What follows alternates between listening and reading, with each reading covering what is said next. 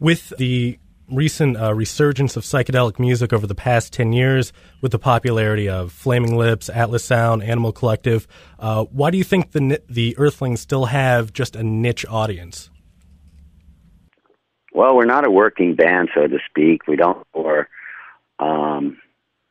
we've never really gone at it that way. You know, it's just kind of more of a happening, and it happens, and you know, we're fortunate that we've been able to put out a few records, but you know, we don't really work as a normal band like Flaming Lips or whatever. I mean, you know, Scream played with the Flaming Lips back in, I'd say, 1985. I remember playing a show with them in Miami at the Cameo Theater. I mean, they've been going at it for a long time, and you know, they've definitely worked as a band, and we've never really done that, you know. I mean, our band, if you have seen the band, or if you know, pay attention to records or whatever, I mean, it's kind of like a desert session.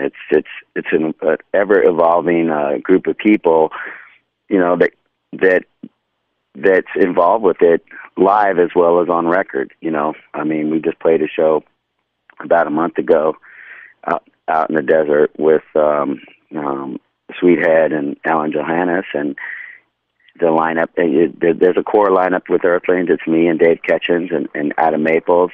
The other founder of the band passed away a few years ago, Fred Drake. And other than that, we always just have you know, different people playing with us, and it's always kind of like, you know, on the spot, and a couple rehearsals and do a show and make up stuff and go, you know. And so I think, well, I could definitely hear that in all the Earthlings releases, and it brings up the question, how come E3 never got a proper release? Oh, wow. So, well, we never put it out. What are you referring to, actually? I never know that anyone would know about that. So it's like a long piece of music. It's about 45 minutes of. It has it's mostly ambient music, and I don't think there's much vocals on it. Is that what you're talking about? No, I'm talking about. There was a bootleg going around at a couple concerts, a couple Earthling shows. It had songs like Waterhead, Stoner Rock Rules, Sky Cruiser, okay, Disco Marching Craft, stuff like that. Yeah, no, I don't. Yeah, it just we just never put that stuff out. We never got the opportunity. No one ever approached us about it. And we just never put it out. And then we kind of like the people that were involved with that recording.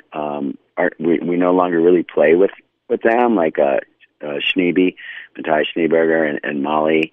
And so, you know, it you know, kind of moved on from there. And unfortunately, that stuff just never saw the light of day. There's a whole, you know, album worth of stuff that never came out there from that time frame, for sure.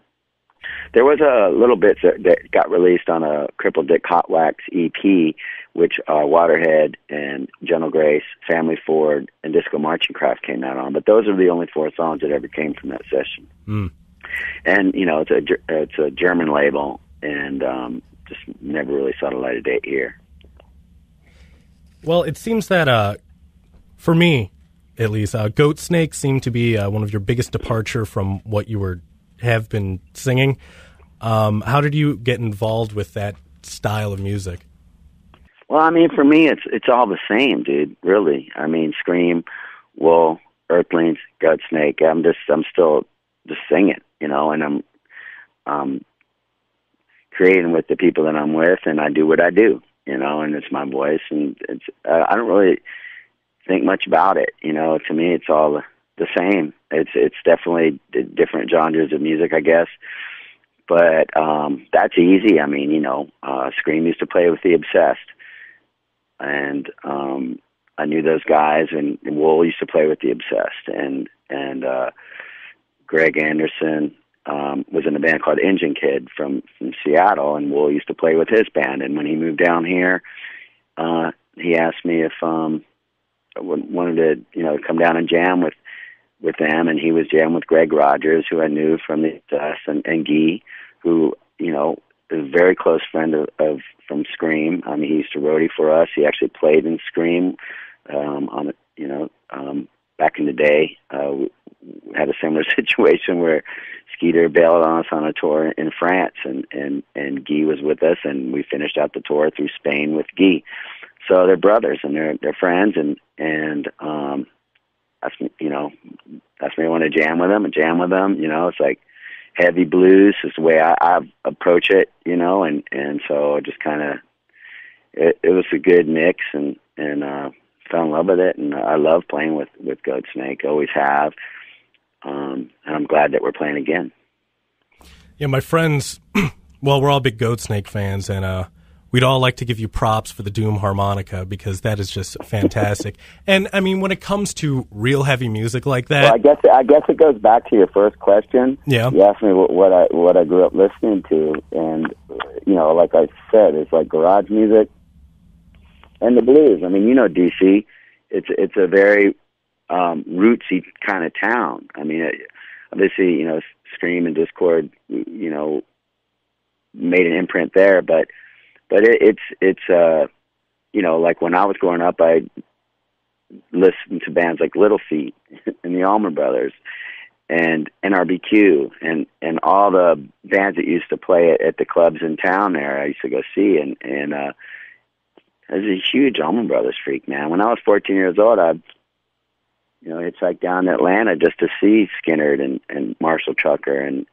the Allman Brothers and Grinder Switch and those bands, and so,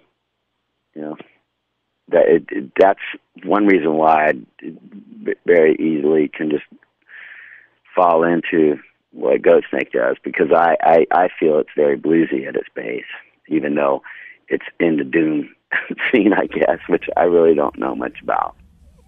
Well, I was going to say how Goatsnake probably one of the more highly regarded of the doom bands, simply because of, well, the blues influence and the incorporation of melody, because you don't seem much like a growler to me, and actually I can't do that shit. I wish I could.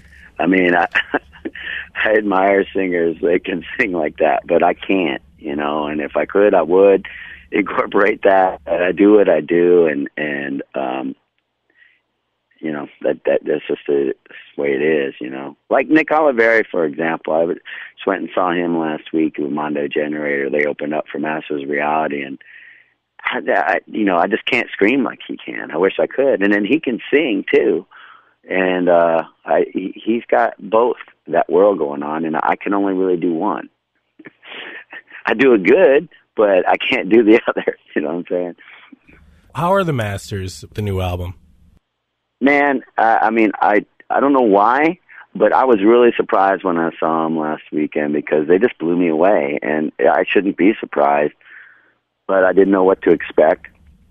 He, just like a lot of us kind of with bands, it's really hard to keep a band together, and I think he's been playing with a bass player from England, but, couldn't really make it happen to get him over here for this set of shows they were doing, and John Leamy's playing drums. He's from New York, and he had to pull a band together, and they, learn the songs. And so Abby Travis, who's been playing in Earthlings lately, and of course Ketchens is playing guitar. And I didn't know what to expect, and they were just awesome.